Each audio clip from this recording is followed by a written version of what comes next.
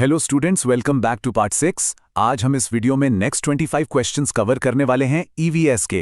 ये पार्ट 6 है। हमने already part 1, part 2, part 3, part 4 और पार्ट 5 कवर कर लिए हैं। हर पार्ट में 25 क्वेश्चंस थे, तो टोटल 125 क्वेश्चंस कवर हो चुके हैं। तो इस वीडियो में हम कंटिन्यू करेंगे नेक्स्ट 25 एमसीक्यूज, यानी क्वेश्चन 126 से लेकर क्वेश्चन 150 तक। एक और जरूरी बात, प्लीज चैनल की प्लेलिस्ट जरूर चेक करना, जिसमें बाकी सारे पार्ट्स अवेलेबल हैं। Let's start. क्वेश्चन 126 देखते हैं। विच of the following is a green technology? Options हैं सोलर डिसैलिनेशन, वर्टिकल फार्मिंग और हाइड्रोपोनिक्स। ये तीनों ही एनवायरनमेंट के लिए बिल्कुल सेफ हैं, तो इसका करेक्ट आंसर है D, all of the above. Next है question 127। Which of the following is a role of IT in environment protection? यानी एनवायरनमेंट को प्रोटेक्ट करने में आईटी का क्या रोल है?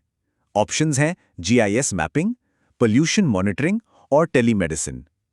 इसका सही आंसर है D, all of the above.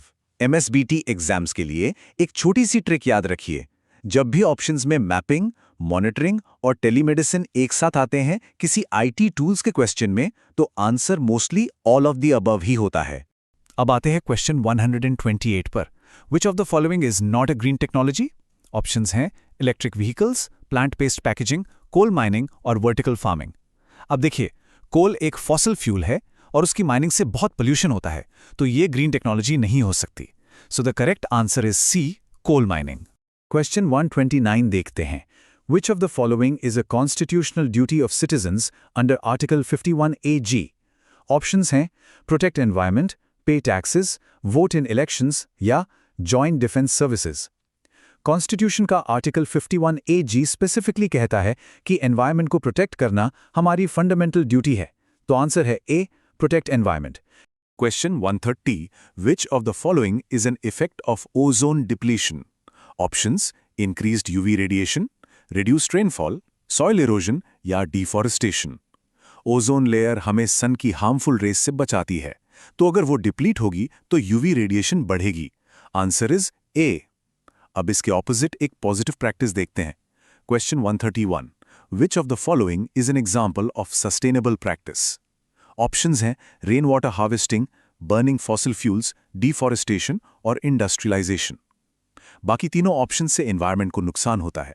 सिर्फ रेन वाटर हार्वेस्ट करना एक अच्छी और सस्टेनेबल आदत है, तो करेक्ट आंसर है A, rain water harvesting. Question 132। Which of the following is not a factor of climate change? Options greenhouse gases, deforestation, afforestation, industrialization. Afforestation का मतलब है नए पेड़ लगाना जो प्लैनेट के लिए अच्छा है, तो ये क्लाइमेट चेंज का फैक्टर नहीं है। Answer is C. Question 133। Which of the following is an example of carbon credit usage? Carbon credit का मतलब ही है अपने एमिशंस को ट्रेड करना, तो आंसर है A, trading emission reductions. Question 134। Which of the following is a sustainable development goal? Zero hunger, climate action और no poverty. ये सभी यूनाइटेड नेशंस के एसडीजीज में आते हैं, तो आंसर है D, all of the above. पानी से रिलेटेड एक इंपॉर्टेंट क्वेश्चन है यहाँ। Question 135। Which of the following is a cause of depletion of water resources? Options हैं over irrigation, rain water harvesting, afforestation और रिसाइकलिंग। देखिए, हार्वेस्टिंग और रिसाइकलिंग पानी को सेव करते हैं, लेकिन खेती में बहुत ज़्यादा पानी यूज़ करना यानी ओवर इरिगेशन करना ग्राउंड वाटर को बहुत तेज़ी से ख़त्म करता है।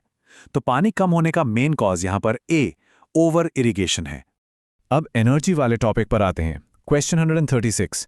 विच of the following is a renewable energy source? Solar, wind और बायोमास। ये तीनों नेचर में वापस बन जाते हैं, तो आंसर है D, all of the above. Question 137। Which of the following is not a renewable energy source? Coal, solar, wind या बायोमास। कोल जमीन से निकलता है और एक दिन खत्म हो जाएगा, तो ये नेचुरली रिन्यूएबल नहीं है। Answer is A. Question 138। Which of the following is a disadvantage of biomass energy? Biomass को जलाने से धुआं निकलता है, जो कि इसका सबसे बड़ा डिसएडवांटेज है। So answer is A, air pollution. Question 139 देखिए। Which of the following is a green solution for energy? Options hydrogen fuel cells, diesel engines, coal power plants और पेट्रोलियम रिफाइनरीज। डीजल, कोल और petroleum ये सब traditional resources हैं जो pollution create करते हैं। सिर्फ हाइड्रोजन फ्यूल सेल एक क्लीन टेक्नोलॉजी है जिससे एनवायरनमेंट को नुकसान नहीं होता। तो correct answer is A, hydrogen fuel sales. आने वाले क्वेश्चंस में नॉट वर्ड पर जरूर ध्यान देना। Question 140, which of the following is not a biodiversity hotspot in India? Himalayas, Indo Burma region, western Ghats या Sahara desert? Sahara desert Africa में है, इंडिया में थोड़ी ना है, तो आंसर इज डी। क्वेश्चन 141 है कॉज ऑफ बायोडाइवर्सिटी लॉस के बारे में, जिसमें ऑप्शंस हैं हैबिटेट डिस्ट्रक्शन, पोल्यूशन और ओवर एक्सप्लॉयटेशन। क्वेश्चन 142 है कंजर्वेशन लॉज पर, जिसमें wild life act, biological diversity act और फॉरेस्ट एक्ट्स हैं। और क्वेश्चन 143 है वैल्यू ऑफ बायोडाइवर्सिटी पर, जिसमें इकोलॉजिकल, इकोनॉमिक या कल्चरल ऑप्शंस हैं। एग्जाम में इन तीनों डिटेल्ड क्वेश्चंस का आंसर चुपचाप D all of the above mark कर दीजिए। सभी कॉजेज हैं, सभी लॉज हैं और सभी वैल्यूज हैं। अब question 144, which of the following is not a level of biodiversity? Genetic, species, ecosystem या इंडस्ट्रियल? बायोडाइवर्सिटी के सिर्फ 3 मेन लेवल्स होते हैं, जेनेटिक, स्पीशीज और इकोसिस्टम। इंडस्ट्रियल जैसा कोई लेवल नहीं होता, तो answer is D, industrial.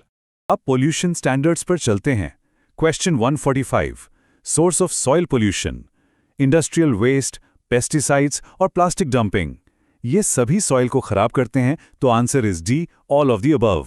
Question 146, preventive measure for water pollution, water pollution रोकने का एक ही ऑप्शन यहां सही है और वो है ए, sewage treatment.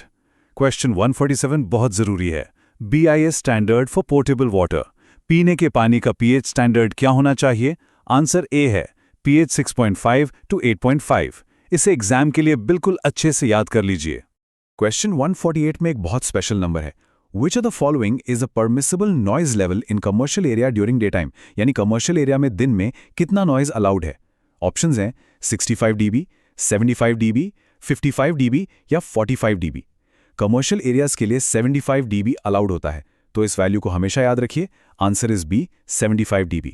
Question 149, which of the following is a role of pollution control board? एक पोल्यूशन बोर्ड का काम क्या होता है? पोल्यूशन को मॉनिटर करना, स्टैंडर्ड्स इन्फोर्स करना और सर्टिफिकेट्स इशू करना। असल में ये सारे ही उनके काम हैं, तो आंसर है D, all of the above.